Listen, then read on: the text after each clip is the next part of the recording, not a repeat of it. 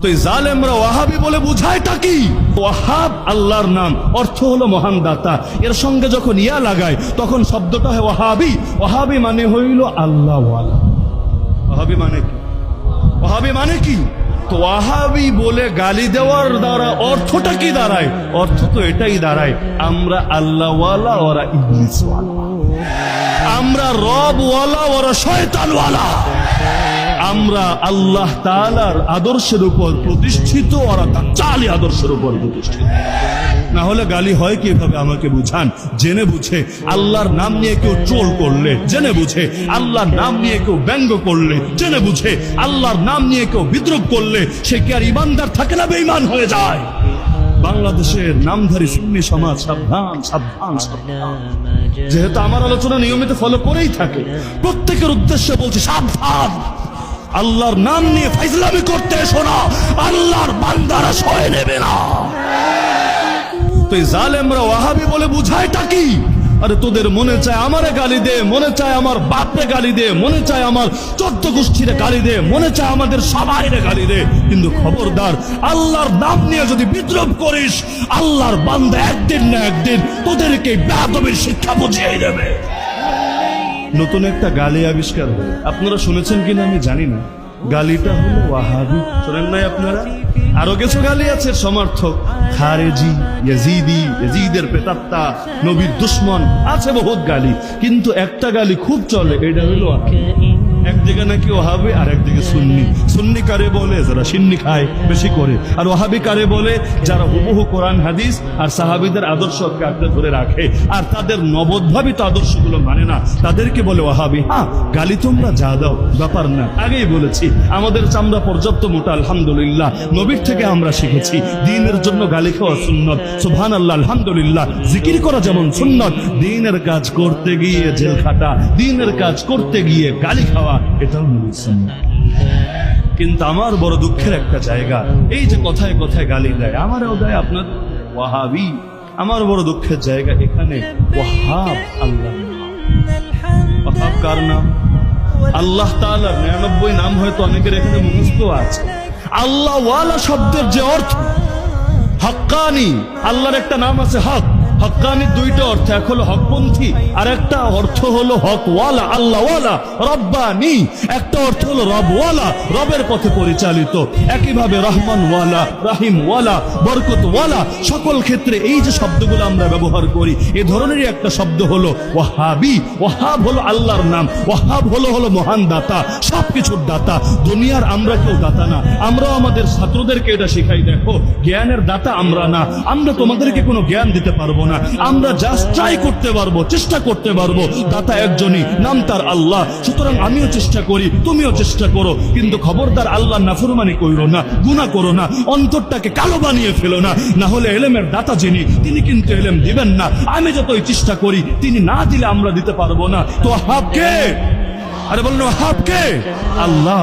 এটা আপনারাও নিয়মিত পড়েন, রব্বানা লা তুজিগ কুলুবানা বা'দা ইয হাদাইতানা ওয়া হাব লানা মিন লাদুনকা রাহমা। তারপর যারা যারা জানেন বলেন, তারপর জোরে বলেন, ইন্নাকা আনতাল ওয়াহাব। আল্লাহ একমাত্র আপনিই হচ্ছেন ওয়াহাব। তো ওয়াহাব আল্লাহর নাম, অর্থ হলো মহান দাতা। এর সঙ্গে যখন ইয়া লাগায় তখন শব্দটা হয় ওয়াহাবি। ওয়াহাবি মানে হইল আল্লাহওয়ালা। ওয়াহাবি মানে কি? তো ওয়াহাবি বলে গালি দেওয়ার দ্বারা অর্থটা কি দাঁড়ায়? অর্থ তো এটাই দাঁড়ায় আমরা আল্লাহওয়ালা, ওরা ইবলিসওয়ালা। আমরা রবওয়ালা, ওরা শয়তানওয়ালা। আমরা আল্লাহ তাআলার আদর্শের উপর প্রতিষ্ঠিত, ওরা দাজ্জালি আদর্শের উপর প্রতিষ্ঠিত। না হলে গালি হয় কিভাবে আমাকে বুঝান। জেনে বুঝে আল্লাহর নাম নিয়ে কেউ ট্রোল করলে, জেনে বুঝে আল্লাহর নাম নিয়ে কেউ ব্যঙ্গ করলে, জেনে বুঝে আল্লাহর নাম নিয়ে কেউ বিদ্রুপ করলে, সে কি আর ইমানদার থাকে না বেঈমান হয়ে যায়? বাংলাদেশের নামধারী সুন্নি সমাজ সাবধান, সাবধান, সাবধান। যেহেতু আমার আলোচনা নিয়মিত ফলো করেই থাকে, প্রত্যেকের উদ্দেশ্যে বলছি সাবধান। আল্লাহর নাম নিয়ে ফাইজলামি করতে এসো না, আল্লাহর বান্দারা সয়ে নেবে না। গালি দিতে মন চাইলে আমাদেরকে গালি দাও, যা দিয়ে মন চায় তা দিয়ে গালি দাও। আর এক যুদ্ধ চলছে মুসলমান আর কাফেরদের মধ্যে। যুদ্ধে নবীর অনেক সাহাবী উপস্থিত ছিল। এক কাফের মুসলমানদেরকে খেপানোর জন্য নবীরে নিয়ে গালিগালাজ শুরু করলো, কারণ কাফেররা জানতো রেগে গেলেন তো হেরে গেলেন। মুসলমানরা যদি রাগাতে পারে, মুসলমান যুদ্ধের কৌশলে ভুল করে ফেলতে পারে, সমর কৌশলে যদি ভুল হয় কাফেররাই জয়ী হবে, মুসলমানরাই হেরে যাবে। তো মুসলমানদেরকে রাগানোর জন্য বারবার আল্লাহ নবীকে নিয়ে গালিগালাজ করতে লাগলো। কারণ আমাদের ঈমানের উৎস নবী, আমাদের দুনিয়ার সকল কিছুর উৎস নবী, আমাদের ভালোবাসার উৎস নবী। আল্লাহরে চিনেছি নবীর দ্বারা, কোরআন পেয়েছি নবীর দ্বারা, নিজেকে মুসলমান বলতে পারছি নবীর দ্বারা, সবকিছুর মূলে তো নবী। আরে নবীরা যদি মাইনাস করে ফেলি আমরা আর হেদায়েতের উপর থাকবো কিভাবে? এখন নবীরে গালি দিলেও যদি মুসলমান না জাগে তাহলে আর এগুলো নিয়ে চিন্তা করা লাগে না, বোঝা যায় এগুলো কাফেরদের পোষা কুত্তায় পরিণত হয়েছে। আর যদি বাস্তবেই মুসলমান মুসলমান হয়ে থাকে তাহলে নবীরে নিয়ে গালি দিলে সে উত্তেজিত হবেই হবে, আর যুদ্ধের ময়দানে উত্তেজিত হলে তারা পরাজিত হবেই। কৌশল কাজে লাগিয়ে নবীরে নিয়ে গালি দিতেই লাগলো আর দিতেই লাগলো। সেই সাহাবী চিৎকার করে বলে উঠলো, সাবধান হয়ে যা। আরে তোর আমারে গালি দিতে মনে চাইলে দে, সব মুসলমানদের গালি দিতে মন চাইলে দে, কিন্তু খবরদার দয়ার নবীরে নিয়ে গালি দিস না, মুসলমান সয় নেবে না। কিন্তু সে তার গালিগালাজ চালিয়ে যাচ্ছে তো যাচ্ছেই। সেই সাহাবী এবার তরবারি হাতে নিয়ে ঘোড়ার উপর থেকে লাফ দিয়ে নিচে পড়ল, চিৎকার করে বললেন, এই জালেম শোন, আমার নাম এটা, আমার বাপের নাম এটা, আমার মায়ের নাম এটা, তুই আমারে গালি দে, আমার বাপরে গালি দে, আমার মায়েরে গালি দে, আমি সয়ে নেব, তবে খবরদার নবীরে গালি দিস না, আমি দ্বিতীয়বার আর সহ্য করব না।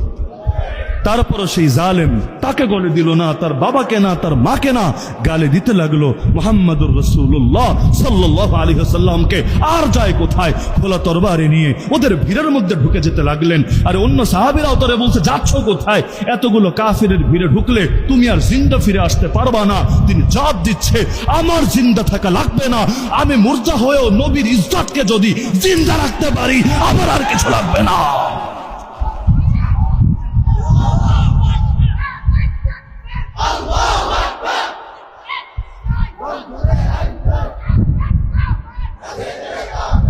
তো সেই সাহাবী ঢুকে গেলেন ভিড়ের মধ্যে।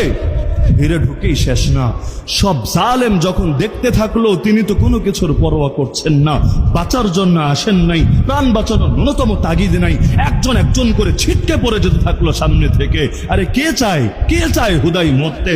ওরাও তো ময়দানে আসে দুনিয়ার ধান্দা পূরণ করতে। সেই সাহাবী গিয়ে সেই জালেম যে নবীরে নিয়ে এতক্ষণ গালিগালাজ করছিল তারা জাহান্নামে পৌঁছে দিলেন। কিন্তু অন্যরা তারাও ফিরে আসতে দিল না, তারা তারে শহীদ করে জান্নাতের সবুজ পাখি বানিয়ে দিল। জান দিলেন, কিন্তু জানের বিনিময়েও নবীর ইজ্জত হেফাজত হয়ে গেলেন। তো এই জালেমরা ওয়াহাবি বলে বুঝায়টা কি? আরে তোদের মনে চায় আমারে গালি দে, মনে চায় আমার বাপরে গালি দে, মনে চায় আমার 14 গোষ্ঠীরে গালি দে, মনে চায় আমাদের সবাইরে গালি দে, কিন্তু খবরদার আল্লাহর নাম নিয়ে যদি বিদ্রোহ করিস আল্লাহর বান্দা একদিন না একদিন তোদেরকে বেয়াদবির শিক্ষা বুঝিয়ে দেবে।